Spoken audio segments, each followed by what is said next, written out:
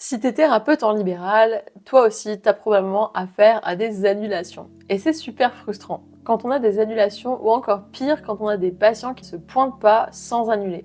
Dans cette vidéo, on va parler de comment gérer ces situations dans ces deux cas différents et comment tirer profit aussi de ces situations qui à la base peuvent être vraiment très reloues.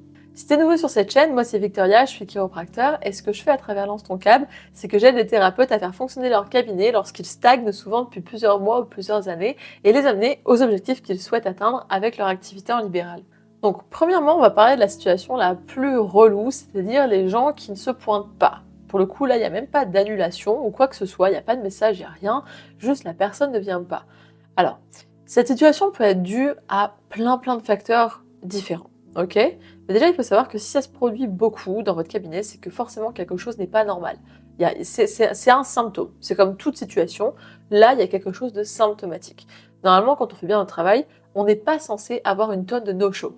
Donc, un no-show, ça veut dire que quelqu'un ne se pointe pas, grosso modo. Premièrement, ça peut probablement aussi venir de vos procédures de cabinet. Qu'est-ce que j'entends par là ? La manière dont vous posez les suivis avec vos patients. Si c'est pas très clair dans la tête du patient, comment les suivis s'organisent ? Pourquoi est-ce qu'on les organise comme ça et de cette manière-là ? Et bien dans ce cas-là, peut-être ça va créer de la confusion et que la personne ne va pas forcément se sentir obligée de revenir, elle va pas avoir l'intérêt en fait de revenir. Et plutôt que d'annuler parce que les gens n'aiment pas la confrontation, bah simplement elle va pas se pointer. D'accord ? Donc ça c'est lié vous à la vision que vous avez de comment vous développez votre cabinet, la vision que vous avez pour vos soins, pour vos patients, qu'est-ce que vous apportez en fait à vos patients.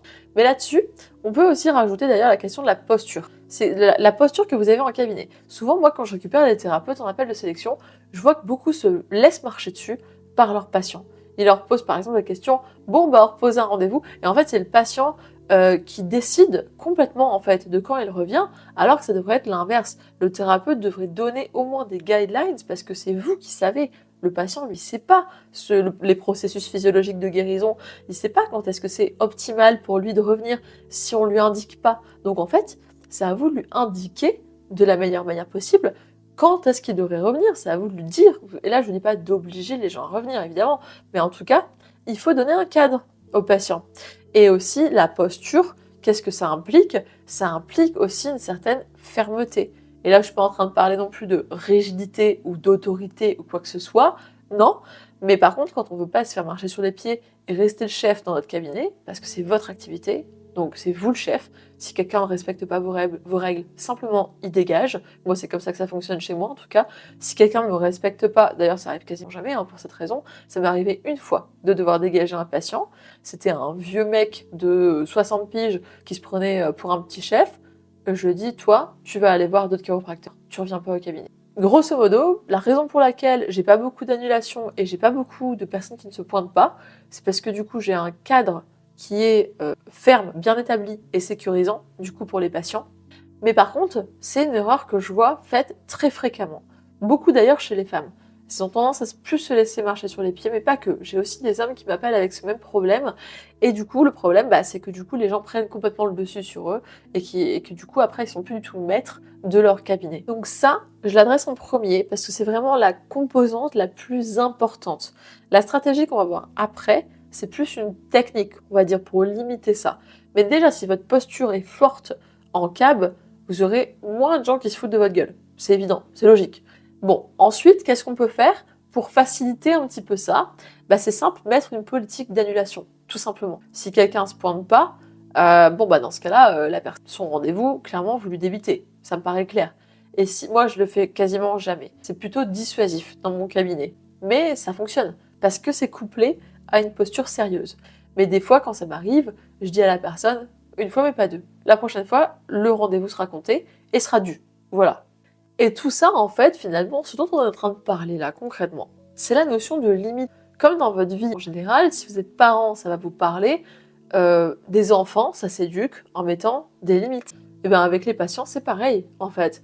On ne peut pas tout accepter sous prétexte que les gens sont en douleur, sont en souffrance. Non. En fait, il y a une structure, votre cabinet, il y a des règles. C'est comme dans une école, c'est comme dans une famille. Quand on a un système, au sein du système, il y a des règles à respecter si on veut rester dans le système. Sinon, simplement, si on n'est pas d'accord avec les règles du système, on en sort et on va voir ailleurs. Et bien dans votre cas, c'est pareil. Si quelqu'un ne respecte pas vos règles, eh ben, il est libre à lui, en fait, d'aller voir ailleurs et de sortir de votre système et d'aller voir quelqu'un qui va mieux lui convenir. Mais si il est d'accord pour rester avec vous et qu'il veut recevoir vos soins, dans ce cas-là, il va falloir qu'il joue avec vos règles de jeu à vous. Et je pense que la raison pour laquelle beaucoup de personnes aussi ont affaire à ce genre d'annulation, de personnes qui ne se pointent pas dans leur cab, c'est aussi dû à la peur du rejet et donc aussi à la peur de la confrontation. Et ça d'ailleurs, c'est ce qui cause aussi les retards. Les patients qui sont en retard et que vous avez peur de recadrer. Mais quand je dis recadrer, il n'y a pas besoin d'impliquer de la colère en fait. Hein. Moi, je me rappelle d'une patiente par exemple qui arrivait souvent en retard. Sachant que mes rendez-vous à l'époque duraient 20 minutes. Quand on arrive 10 minutes en retard, moi ça me laisse pas beaucoup de temps en fait pour faire le traitement. Je peux le faire, mais ça crée un petit peu de stress et j'aime pas le stress. Donc, c'était pas idéal. Dans un message WhatsApp, à un moment donné, je lui ai dit Please be on time. Donc, en gros, ça voulait dire simplement s'il vous plaît, ou s'il te plaît, sois à l'heure. Voilà. Et quand elle est arrivée, du coup, pour son rendez-vous, je crois que j'avais envoyé un message la veille, je sais plus pourquoi elle m'avait recontacté, peut-être pour changer, du coup, l'heure du rendez-vous. Et du coup, elle avait compris le message, hein. Et elle m'avait dit oui, vous m'avez écrit ça parce que j'arrive souvent en retard. Et en fait, je lui ai simplement répondu oui. En fait, moi, j'ai besoin des 20 minutes. Les rendez-vous durent 20 minutes pour une raison. C'est parce que c'est la meilleure durée pour que je puisse vous donner, en fait, le meilleur soin possible. Sinon, c'est à votre détriment. Et moi, ça me stresse aussi. Donc, je peux pas faire un bon travail quand je suis stressée. C'est dommage, en fait. Et à partir de là, elle n'a plus jamais été en retard. Mais vous voyez, il n'y a pas besoin de s'énerver, en fait, pour mettre des limites. Il faut juste simplement exprimer ce qui ne va pas. Et je dis pas que c'est facile. Même pour moi, aujourd'hui, avec l'éducation que j'ai reçue et tout ça, mettre des limites, c'est pas évident, mais par contre, c'est essentiel. Donc, c'est quelque chose que même si c'est inconfortable et que c'est pas évident, en fait, il faut apprendre à le faire. Parce que sinon, toute votre vie, vous vous laisserez marcher sur les pieds, que ce soit en cabinet, dans votre vie personnelle, avec toutes vos relations, en fait. Donc, du coup, c'est quelque chose qu'il faut apprendre à maîtriser. Mais j'ai conscience que du coup, c'est quelque chose qui est très, très inconfortable, surtout au début.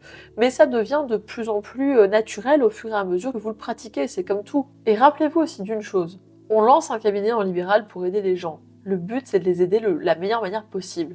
Si on a des annulations ou des retards à tire-larigot, on peut pas faire ça. On peut pas aider au mieux les gens parce qu'on est stressé, parce qu'on se dit merde, je suis en retard, ça va pas. Et en fait, du coup, on n'est pas concentré sur notre patient. Donc si votre but, c'est vraiment d'aider vos patients et de faire le meilleur taf possible, ça, c'est quelque chose qu'il faut recadrer tout de suite. Il faut garder le timing, il faut être il faut être à l'heure. Et puis les gens qui vous mettent des bâtons dans les roues, il faut leur donner le choix, en fait.